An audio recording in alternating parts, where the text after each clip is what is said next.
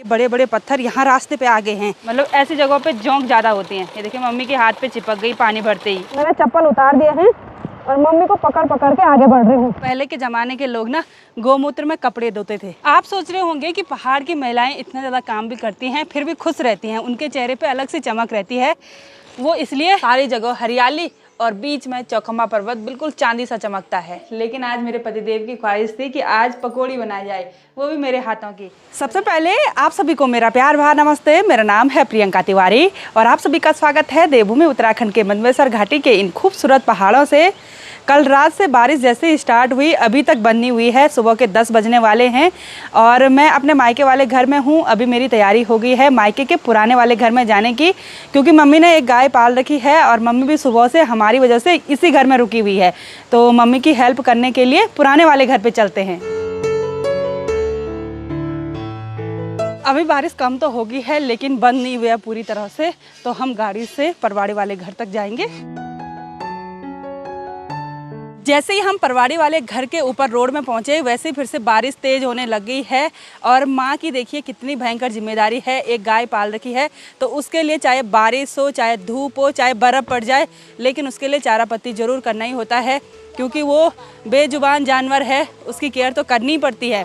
और रास्ते में ना सारे जगह नदी, नाले, गदेरे, झरने सब उफान पे आ रखे हैं, तो जल्दी जल्दी चलते हैं और सीधे हमको गौशाला जाना है। जैसे ही हम नीचे घर के लिए रास्ता लगे, यहाँ पे देखिए ये पुस्ता भी टूट गया है और ये बड़े बड़े पत्थर यहाँ रास्ते पे आ गए हैं, तो पहला लैंडस्लाइड भी हमको मिल गया है। और यहाँ रास्ते में इतनी भयंकर फिसलन हो रखी है, कैसे जाएं, पूरी काई जम रखी है यहाँ पे।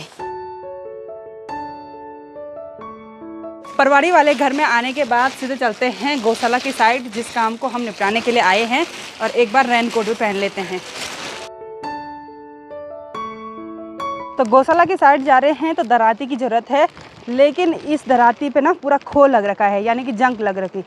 मैं मम्मी को बोली यही लानी है, इससे घास क्या कुछ भी नहीं कटेगा। अभी आ गए हैं हम अपने परवाड़ी वाले धारे में और आज पानी देखिए फुल आ रहा है। बैल का जो मुँह है ना वो भी कम पड़ रहा है, तो मम्मी अभी यहाँ पे पानी भर रही है और पानी ले जाना है गाय को पिलाने के लिए। आजकल ये जितने भी प्राकृतिक जल स्रोत होते हैं ना, इनमें देखिए ऐसी जोंक लगी रहती है, मतलब ऐसी जगहों पे जोंक ज़्यादा होती हैं। ये देखिए मम्मी के हाथ पे चिपक गई पानी भरते ही। तो मम्मी को मैंने धारे से कितना बोला कि मेरे पास दे दे, लेकिन दिया ही नहीं। मैंने कहा आधे रास्ते से मेरे पास दे दे। अब यहाँ पूरे रास्ते में ना पानी आता है, पूरा रास्ता फिसलन वाला हो रखा है। मैंने चप्पल उतार दिए हैं और मम्मी को पकड़ पकड़ के आगे बढ़ रही हूँ। चलिए जी, फाइनली पहुंच गए हैं गौशाला में। और गौशाला में पानी ले जाना ही चैलेंज हो जाता है। पहले वैसे पाइप लगा रखे थे और फिर ऐसे भी होता है कि नाले का, गदेरे का पानी गाय को कैसे पिलाएं, तो इसीलिए धारे का ही पानी लाते हैं गाय को। तो अब यहाँ गौशाला के अंदर की सफाई कर लेते हैं, गोबर साफ कर लेते हैं। और काफ़ी देर तक गाय अंदर रही ना, तो गाय ने इतना भयंकर आतंक मचा रखा है यहाँ पे, क्या ही बताएं।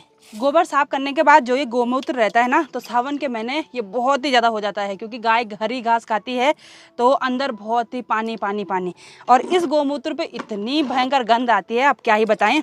और इसको उठाने के लिए देखिए ऐसे बोतल काट रखी पापा ने और ऐसे डब्बा रख रखा है, तो ऐसे करके उठा रहे हैं कुछ। तो चलिए जी, यहाँ गौशाला के अंदर से मैंने ना 5 लीटर का गैलन गोमूत्र निकाल दिया है। और पहले के ज़माने के लोग ना गोमूत्र में कपड़े धोते थे। और ये गाय ना हमको मारने के लिए आ रही है, थोड़ा सा अनजान हो रही है हमसे। और यहाँ गौशाला का सारा काम निपटाने के बाद अभी हमारी तैयारी हो गई है यहाँ नीचे खेतों में जाने की, थोड़ा घास के लिए जाएंगे। और आज के कैमरामैन है मेरे हस्बैंड जी। बिल्कुल बारिश में, बिल्कुल। तो यहाँ पे कैमरामैन के पैर में लगी है जोंक, ये देखिए। और मम्मी ना यहीं पर से घास निकालने लगी है। मम्मी ने कहा यहीं इधर उधर से निकाल देते हैं। तो एक साइड से मैं घास काट लेती हूँ और दूसरी साइड से माँ घास काट रही है, तो एक भारी घास की काटेंगे हम। और इधर उधर ना बहुत सारी घास है, तो हम नज़दीक से ही काटेंगे, ज़्यादा दूर जाने की ज़रूरत ही नहीं है। मुझे ऐसी बारिश में काम करने पर ना अपने किमाना की याद आ रही है। वहाँ जब हमने 2-2 भैंस पाल रखी थी ना, तो सावन के महीने हम 2-2, 3-3 भारी घास ऐसे ही बारिश में ले आते थे, क्योंकि दिन भर बारिश रुकती नहीं थी। घास निकालने के बाद माँ जा रखी है नीचे खेत में और हरी पत्तेदार सब्जी सवती ले आ रही है लंच के लिए। तो लंच बनाने के लिए हमने ना गिरिया जाना है क्योंकि आलोक उसी घर पे है और पापा भी स्कूल जा रखे हैं। तो अब यहाँ पे भारी लगाते हैं। और ये जो पूली है ना गडरी इतनी भयंकर भारी हो रही है क्योंकि हरी घास है और आजकल सारी जगह स्नेल हो गया, जोंक वगैरह सारे दिखाई दे रहे हैं।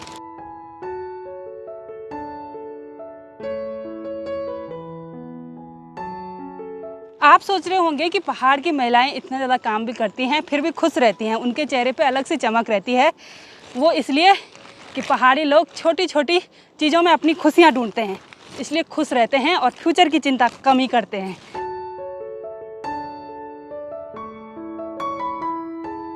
जब हम घास काटने के लिए गए तब तो तेज़ बारिश हो रही थी जिससे धूल मिट्टी और गोबर वगैरह सारे हमारे बॉडी पे लग गया है।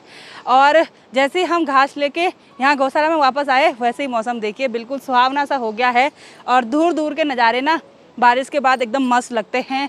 बादल पहाड़ों पे और ऊंचे ऊंचे झरने दिखाई देते हैं। सामने वाली पहाड़ी पे तो ज़्यादा ही झरने हैं। तो गौशाला का सारा काम निपटा के गाय को फिर से अंदर बांध के हमारी तैयारी हो गई है वापस घर जाने की। और चाची लोगों ने भी अपनी गाय अंदर बांध दी है।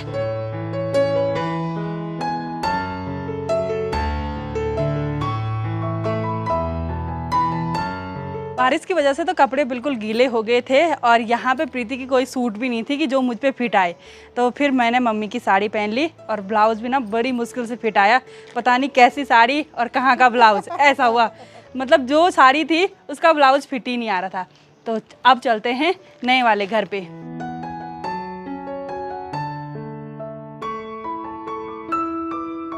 अभी शाम के टाइम पे मौसम काफ़ी खुशनुमा हो गया है। सामने पहाड़ी पे धूप भी लगी हुई है और ऊपर साइड से बादल भी लगे हुए हैं। यहाँ पे हस्बैंड जी शाम के टाइम पे चाय का आनंद ले रहे हैं और मेरे लिए भी मैंने चाय यहाँ पे रखी हुई है। तो सामने चौखंबा पर्वत से एक बार बादल हटने लग गए थे लेकिन फिर से इधर उधर के बादलों ने फिर से चौखंबा पर्वत को घेर दिया है। सावन के महीने जब शाम के टाइम पे चौखंबा पर्वत दिखता है ना तो उसकी अलग सी चमक होती है। सारी जगह हरियाली और बीच में चौखंबा पर्वत बिल्कुल चांदी सा चमकता है। तो आज शाम के टाइम पे मम्मी पापा भी इसी नए वाले घर में हैं क्योंकि आज पुराने वाले घर में गाय को चारा पत्ती देने के लिए आलोक जा रखा है। तो आलोक भी पूरी हेल्प करता है मम्मी की। अब मैं पापा के साथ चलती हूँ। पापा के हाथ में फावड़ा है क्योंकि रात को तेज बारिश हुई तो ऐसे पानी आ रहा था और इधर से ना भयंकर वाला पानी आ रहा था क्योंकि कहीं से कूल गड़बड़ होगी। तो पापा ने कहा एक बार मैं नीचे कर देता हूँ सही, क्योंकि अगर कूल में पानी सही से नहीं जाएगा तो पुस्ते वगैरह टूट सकते हैं। तो हमारे घर के ऊपर में ये जो खेत है इसमें देखिए मंडवे की खेती कर रखी है और बीच में ये जो हरे हरे पौधे दिखाई दे रहे हैं ये सोटा के पौधे हैं यानी कि लोबिया दाल के पौधे हैं।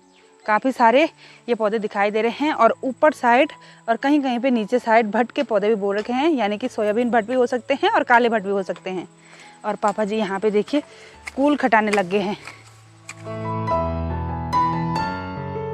पापा और मैं आ गए हैं दूसरे वाले खेत में और यहाँ पे भी पापा ने अच्छे से कूल निकाल दी है। और ये देखिए बारिश बंद कब की हो गई, पानी फिर भी इतना आ रहा है। तो आजकल पानी जगह जगह से निकलता है तो पानी की निकासी अच्छी हो जाएगी, फिर इधर उधर टूटने का खतरा नहीं रहेगा। आजकल रात में होने वाली मूसलाधार बारिश सभी पहाड़ियों के लिए चिंता का विषय बन जाता है क्योंकि रात को तेज़ तेज़ बिजली कड़कती है। इधर उधर से झरनों का, गदेरों का जो नाले वगैरह होते हैं उनका साउंड बहुत ही तेज़ आता है। ऐसा लगता है कि पता नहीं क्या क्या हो जाएगा, यानी कि पहाड़ियाँ घिर जाएंगी, भूस्खलन हो जाता है, यही मन में चलता रहता है रात को। और जो लोग ना लैंडस्लाइड की जगह पर रहते होंगे यानी कि जिनके घर मतलब ऐसी जगह पे होंगे वो कैसे सोते होंगे यार। आजकल अंधेरा होने के बाद हम आ गए हैं किचन में डिनर बनाने के लिए, लेकिन आज मेरे पतिदेव की ख्वाहिश थी कि आज पकौड़ी बनाई जाए, वो भी मेरे हाथों की।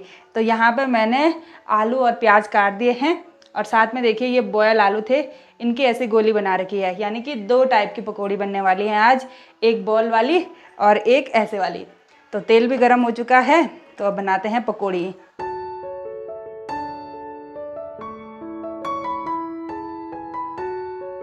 बाहर की ठंडी ठंडी हवा के साथ यहाँ बरामदे में बैठ के सभी के साथ गर्मा गर्म पकौड़ी का आनंद लेते हैं। और ये पकौड़ी मैंने बनाई है और ये बॉल वाली पकौड़ी भी चखना, मम्मी ने पहली बार खा रही है बोले। हाँ मस्त होती है। मम्मी बोले ऐसे टेक्निक से क्या बना रहे हो। बहुत अच्छी। और उसके साथ है ये देखिए कोल्ड ड्रिंक। तो चलिए जी, पकौड़ियों का आनंद भी ले लिया है और अब डिनर हम आराम से बनाएंगे क्योंकि पकौड़ी खा के पेट फुल हो गया है। और यहाँ बाहर पे ठंडी ठंडी हवा चल रही, तो हम सभी बरामदे में बैठे हुए हैं। तो आज की इस वीडियो को यहीं पे एंड करते हैं। आई होप आपको वीडियो पसंद आई होगी। वीडियो पसंद आए उसको लाइक कीजिए, कमेंट कीजिए और अपने दोस्तों के साथ शेयर कीजिए।